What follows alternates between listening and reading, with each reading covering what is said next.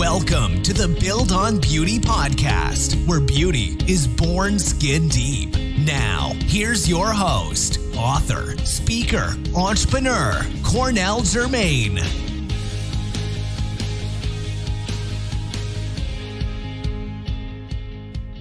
Maybe you feel entitled, 'cause this should have never, ever happened to you. And maybe you've tried to let it go, but letting go just ain't never easy to do. Thank you so much for joining us here today. We have a young lady who is no stranger to this show. She's been with us before.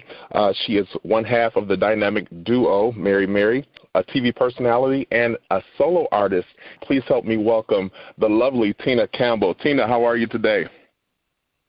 I'm well. How are you? I'm doing great. Life is good. Good. Well, thank you so much for joining us. You are, as we stated, one half of the duo, Mary, and now a solo artist. But through your show, Mary, many have fallen in love with you as the mom and wife. Before we get into any particulars, how is the family, the kids, Teddy, how's everybody doing? Listen, the family is good, and thank you for asking. My family is good. My kids are great. I'm trying to get interviews in and work done before they come home from school, because it's a little hard to do anything when they're here. They're all consuming, and they feel like I got access to you 24 hours a day for everything that I need. So I'm grateful that all of them are in school now for multiple hours, so I can have a little free time, before I go back to attending to them. But I love my kids. I'm grateful to be their parents, to nurture them and love on them. And my husband is my every single thing. We're business partners and best friends and lovers and all of that. So life is good. The family is great. And thank you for asking. Oh, no problem. Little Santana, I know, is 5 now, so did he just start the big boy school this week? And Tana just started school, and so because I'm on my, this is my 4th kid in school, and so how you be all high-strung with the first kid, you make sure you get everything taken care of, you ahead of line, you the first person in line, you got all the paperwork signed up, they get 8 shots and do everything. Well, on the last kid, it's a little different. We ain't got the boy not one shot, we ain't filled out no paperwork. I guess I was just expecting to show up to school 2 days before, like, he's here, let's do a placement test and get him in, and so I was so behind on everything. So my boy's first day of school, he didn't have an actual class. They had to place him in one of the classrooms that were not overly filled, so we had to wait that out for about an hour and 45 minutes, so I started losing my patience a little bit. But we finally got my boy checked in. He went right into class like, "Hi, friends," went to the toy boxes and started passing out toys while all the kids were sitting down to do work. I said, "Oh, Jesus, this boy about to be so turned up." So the whole family is a little bit nervous about Santana being in school, but it's going to be a good thing. That's right. Now, speaking of the family and you and Teddy, you guys have a show on YouTube now, a series that you're doing, 10 Minutes with Teddy and Tina, and I was able to catch some of the episodes, and one of them had me in stitches. You were talking about special wrestling. Now, I know, because I've seen the episode, I know what it is.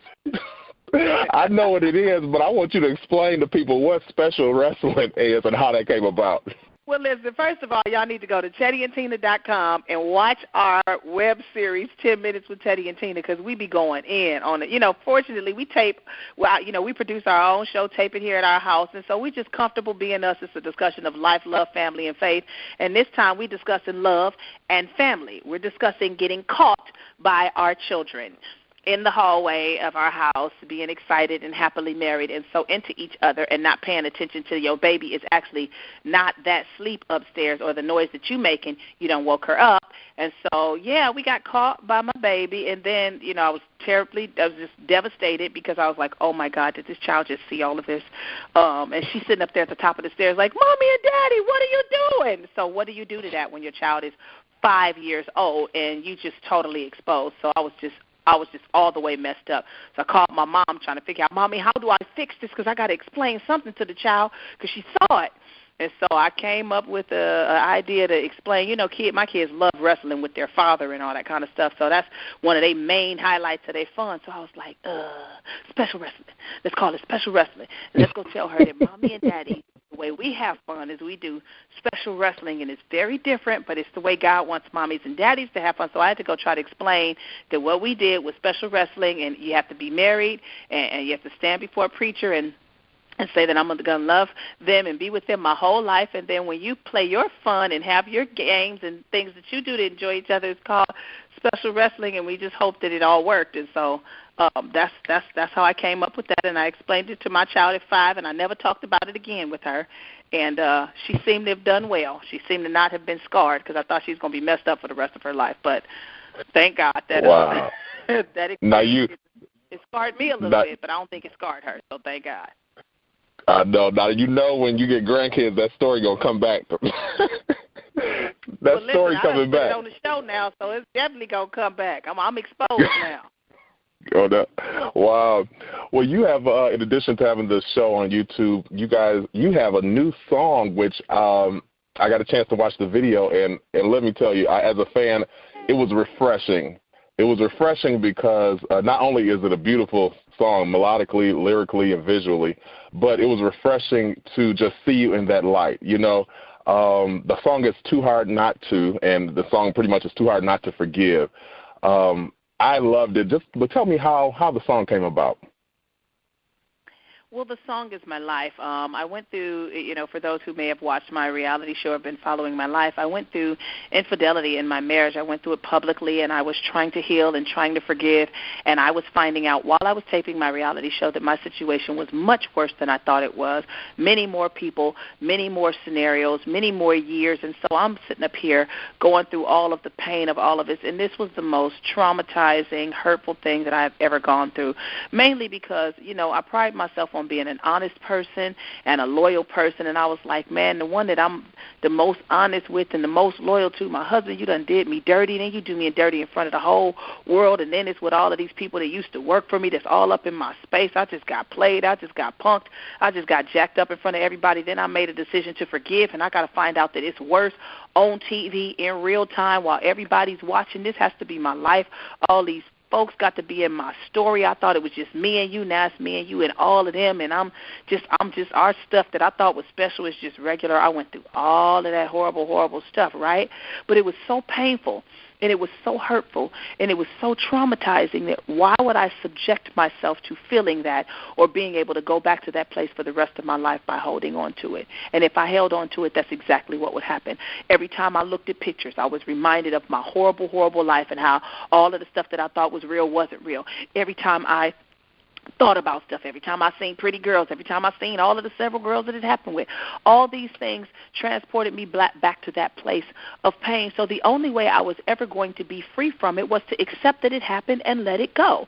And furthermore, I call myself a Christian. I'm a Christian because Jesus loved me enough to give his life for me and forgive me of all my sin. And if I'm going to call myself one of his, then I need to do what he does or stop being a hypocrite and call myself something else. And so I also had the revelation, if you're going to be a Christian, you sit up here prescribing and these antidotes for everybody else that you don't subscribe to, you giving them advice that you don't take. Why don't you take your own advice? Why don't you ask God to help you, and why don't you forgive and be a good Christian like you're trying to tell everybody else to do? And, it wasn't easy to do, but I asked God to help me, and God helped me, and he changed my whole situation, and he brought me through it. And so my song, Too Hard Not To, it basically talks about how it's hard to forgive and it's hard to let go, but it's harder to hold on to it. It's harder to be miserable. It's harder to be happy circumstantially and situationally. It's harder to be bound and guarded. It's harder to live your life. It's harder to exist when you could live. It's harder to always be transported back to that place of pain just because you thought you had it under control, but really it's controlling you because you won't let it go. So like the song says, some say it's too hard to forgive. I say it's too hard not to. Since it was so hard to be bound like that for the rest of my life and to be bitter and to be burdened, I said, you know what, God? The other way, unforgiveness is too hard. I'm going to try this forgiveness thing, and I'm going to ask you to help me to do it. And he helped me to do it, and he changed my entire life, changed my entire perspective, brought my husband and I through better and worse. We have a beautiful marriage. We've just celebrated 17 years. We got web series together and music together and life together, and we're helping other couples and other people simply because we showed our scars and we showed our flaws. So like I said, some say it's too hard to forgive. I say it's too hard not to, and life looks so good on the other side of forgiveness. So hopefully I can encourage and inspire somebody to choose forgiveness. Well, that's good. Now, in forgiving, some say you can forgive but don't forget. Just practically speaking, for women who may have experienced that or anybody who's been hurt, what do you do with the memory? Because you forgive and you kind of move on, but every now and then it might come up something, or somebody may bring it up because people like to throw stuff in your face. What do you do in that moment? Can I say it the way I want to say it? BS. Absolutely. If you fully forgive, you do forget. First of all, for instance, I haven't forgotten what's happened to me, but every single time I talk about what happened to me, I'm empowered. It doesn't hurt me. It doesn't sting. I don't feel bad. I'm not mad at any of the women. I'm not mad at who my husband used to be because I'm too busy experiencing who he is right now. I ain't mad at what the devil tried to do because he was unsuccessful, and God blessed my marriage and blessed my life, and I learned and I grew and I became better just because I ended up stuck in some horrible pit that I thought I was never going to get out of. So I think the whole forgiving and forgetting is a lie. That means you didn't actually forgive. If you forgive, you let it go. So you don't, it's not that it's completely erased from your memory, but it does not have the same place in your memory. So every time I think about that, I ain't never hurt by it. I could talk about it because I don't even feel like I'm not even that chick that went through that. Like, I was mean and evil and angry and homicidal and suicidal. I was demonic during that time. I could have killed anybody at any point in time. I was a loose cannon. I was half sane while I was going through that. I am not that girl anymore. So when I talk about that, I haven't forgotten in the respect that I don't even remember that happened to me. But I'm going to tell you what, I forgot the pain that's associated with it because I know that horrible part of my life is what propelled me into this beautiful place that I'm living. So I talk about my testimony freely. I talk about what my husband did and what I did and all that kind of stuff freely because every time I talk about it, I'm empowered because I'm living a life that I'm not supposed to be living when you go through something like that. My husband is my favorite person on the face of the planet. He's my best friend. He's bae, he's boo, he's business partner, he's my buddy, he's all of that kind of stuff. And this is the same guy who did all of that stuff, but I realize that sometimes good people make horrible decisions, but anybody can live down a mistake. I'm not the worst thing that I ever did in life, and neither was my husband, and I had to forgive him to find that out, and now we're living an amazing life. So the whole idea of, you can forgive, but you don't forget, anybody who says that, you have not fully forgiven, and you're still bound by it, because if the triggers of the memory of that can take you back to that hurting place, you haven't fully let it go. And when you forgive, you accept what happened to you, you let go, and then you move on. And I told God, I don't want this kind of forgiveness where I'm always able to go back to that place. That ain't forgiveness. That ain't real. That's not real. I forgive, but I don't forget. So anybody who said that, you're lying to yourself about forgiveness. And you're still bound by what happened to you. And if you really want to be free, forgive it and forget about it. Forget about the place that it had in your heart, in your life. Forget about the pain that it caused you, and remember the joy that you have now from going through it and growing through it and getting through it. You understand what I'm saying? So I haven't forgotten. I don't not know what happened to me, but I tell you what, I forgot the pain that's associated with it because the beauty of what I'm feeling now is so much greater that it's almost like I'm totally detached from the pain and the hurt, and it was sad, and it was broken, and it was bad. But that stuff don't have no hold on me now, none whatsoever, because I chose to forget the pain. I chose to forget the hurt. I chose to forget what the devil tried to do, and I choose to remember what God did. And so I'm too consumed with that the memory of that don't take me back to a bad place at all. That ain't true forgiveness. That ain't how God heals you. When he heals you, he does it completely, and he did a complete work in me. So, yeah, I forget about all of that pain. That ain't my story. That ain't my life. That's what was. I'm living what is. Well said. I love it. Now, this song, Too Hard Not To, is it a part of a new project that's on the way? Yes, my new album is called It's Still Personal, and Too Hard Not To, my new single that's available everywhere that digital music is sold right now, is the lead single that led that project. My album, Too Hard Not To, will have the song, my new album, It's Still Personal, will have the single Too Hard Not To on there, and another song that's called We Live in That Blessed Life, another song that's called Evidence, a reworking of some of the old songs, and everything is just kind of repackaged differently. I got new images. All the music was remixed, remastered, adjusted a little bit, and we got the new songs and new videos for all of them. So I'm super duper excited about the new album. It's Still Personal. It'll be available for pre-sale this Friday, and it'll be available for purchase, available everywhere that music is sold digitally and physically in September. I'm so excited about it because I think the same music that was able to bring me deliverance and bring me hope and bring me through those dark times and give me proper perspective and charge me so that I could become better, I put all of that on a record, and that record is called It's Still Personal. And just like that music has affected my life and made me better and brought me through the worst of times to the best of times, I think it's going to do that for other people. I mean, it's something to dance to. It's something to just rock to ride to clean your house to work out to, whatever you want. We got it on that project. It's Still Personal. So I'm hoping that everybody will go and pre-order it when it goes on pre-sale this Friday, and they'll just get it and be blessed by all of the music. I think it's some really good stuff, well produced by amazing producers and amazing musicians, well written. The videos are great, incredible capturing of the concepts of the songs. They're fun, they're enlightening, they're beautiful. And so, hopefully people will experience the music, experience the project, experience the videos, and have the same perspective that I have. I think it's awesome. Yes, it is beautiful. And let me tell you, I'm loving the red hair. Are we going to stick there for a minute? What's crazy is I've been rocking this same hair for I don't know how long. How you been missing it? You was blonde. A bit more vibrant. No, yeah, that's what it is. No, you know what? You know what it is? The pictures from the Mary Mary show had circulated quite a bit, and so for that particular show, if I could just be honest, I just threw on a nice little wig that had a little more blonde than it had red in it.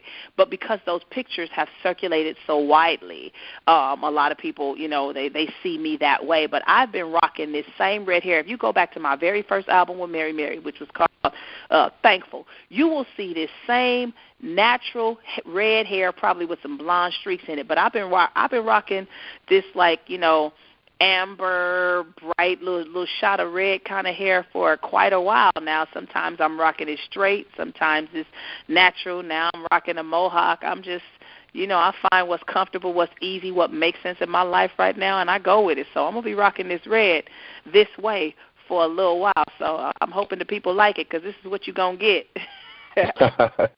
Well, I love it. Speaking of Mary Mary, you guys are preparing for season 6. What can we expect?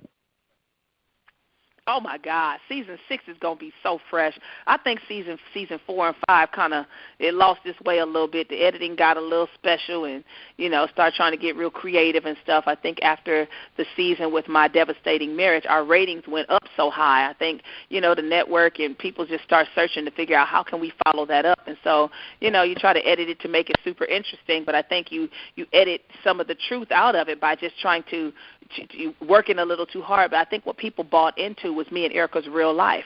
What people bought into was our real experiences, our real growth, our real marriage, our real challenges of managing personal and professional, how we manage our sister relationship, how we manage getting to the stage once we get off stage. And, people bought into that. And so I think with this 6th season, we're getting back to the real and the truth of us, not over-editing, not editing out all the good, leaving the bad there because we think controversy is what draws people attention. We're showing you the good, the bad, the ugly, the awesome, the awful, the challenges, the triumphs. We're showing you all of it, and you're going to get it all on 4 different continents with Mary Mary, with Erica and Tina individually in our marriages, with us juggling home as professional women, as ministers, Christian ministers. You just going to get it all the different ways, all of the strategy and the concepts and the work that goes into leading up to what the world is experiencing now, because my sister also has, music out. She's got her single out, Well Done, and I got my single out, Too Hard Not To. You get to see those things coming together and being made, and all of the strategies and the plans and the concepts behind all of that. You get to see all of that. You get to see my video shoots and photo shoots, and me in the studio recording these songs, and me and her writing Mary Mary music together, and traveling everywhere and having graduations and getting ordained, and she doing radio and I'm planning tours. You get to see it all. It's all happening on season 6. So I'm super excited that we're going out with the bang, that you get who Erica and Tina are individually and who we are collectively as Mary Mary. You get the best of all of it on season 6 of the Mary Mary Show. So that I'm hoping that everybody will tune in September when it comes back to We TV, because it's going to be an awesome season. Now, is Mitchell Soleric making a comeback? Because he was stirred up some stuff last season, I see. Will not be making. No, man. Mitchell was a part of our lives for 2 years, and it was an interesting 2 years. He happened to be a part of our life when we started doing the TV show. So that has come and gone. Mitch hasn't been in our life. I think it's been like 3 years now. So, no, he's not making a comeback because we don't actually work with him. But we wish Mitch the best with everything. He's still working with all the artists that he's working with, and we hope that all is well with him. But we're doing our own thing, so you won't be seeing Mitch this season. All right. So with before we get out of here, I understand that you are writing jingles for radio personalities, and I just want to know how can we be down. I see you got one for Sonia Blakely and you did one for Erica to Get Up Mornings. I was cracking up. Man, I ain't writing jingles. Let me tell you something. I was acting a fool, y'all. My sister left her shirt at my house, her Get Up Morning shirt, and I was going to send it with one of my other sisters, Jasmine. I was like, send Erica her shirt. And I was like, wait a minute, no, I'm going to keep this shirt. And since I had the shirt on, it felt like acting silly. I went up to my 3rd floor, threw my phone in front of the computer, and just started freestyling a bunch of foolishness. And that's how I ended up with the Get Up Morning song. And then one of our old band members who has MD'd for us and stuff in the past, he got a hold to it and put music to it, and it turned into this little thing that went viral. But like, that's not like what I do. I just did it, acted crazy. And so when I went to do a radio interview with Sonia Blakely, she was like, please do something. I was like, Sonia, this ain't what I do. That wasn't like for real. That was like silly. But I felt like acting silly one day, while I was in the middle of my radio tour. So I wrote a crazy one for her and sent it to my friend to put music on. And I think I did one last one for another radio person. I said, I ain't doing this no more, y'all. Y'all got me acting a complete fool. That was just fun on the fly. I don't do this for real. So I'm not doing that, man. I ain't doing no more of that. Y'all have me acting a clown. So listen, if y'all want to listen to that crazy jingle that he's talking about, y'all can go to I Am Tina Campbell page, and all of that stuff that I do when I'm acting a fool and acting silly, it's up there. And all the new music and all the new videos and the upcoming tour and upcoming album, all of that is on my pages. I Am Tina Campbell are my social sites, my website, it's everything. And the work that I do with my husband, my web series and all of that, that's Teddy and Tina on Facebook, on Instagram, and teddyandtina.com. You can go there to watch the web series. But I Am Tina Campbell will lead you to everything that Tina Campbell is doing. And so I hope y'all check out the jingle, the foolishness, and the good stuff, good music. And be blessed by it all. Yes, ma'am. Well, this has been the Build on Beauty podcast, where beauty is born skin deep. I'm your host, Cornell Jermaine. Until next time, let your soul be made whole. Take care. All right. All righty, Tina, we'll catch you again next time. All right, have a great day. Maybe you feel entitled, 'cause this should have never, ever happened to you.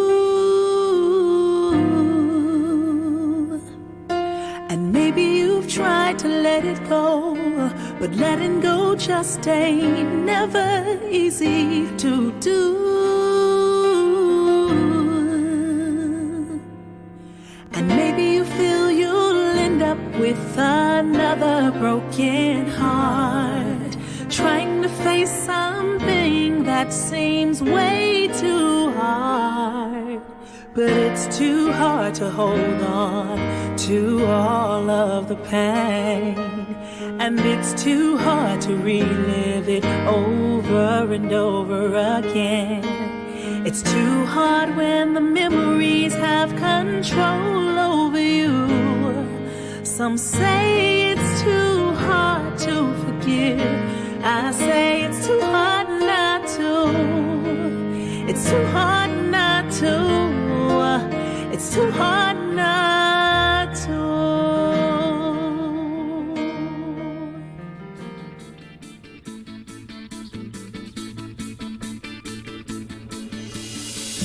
Thank you for listening to the Build on Beauty podcast. For more information about our host, please visit cornelljermaine.com.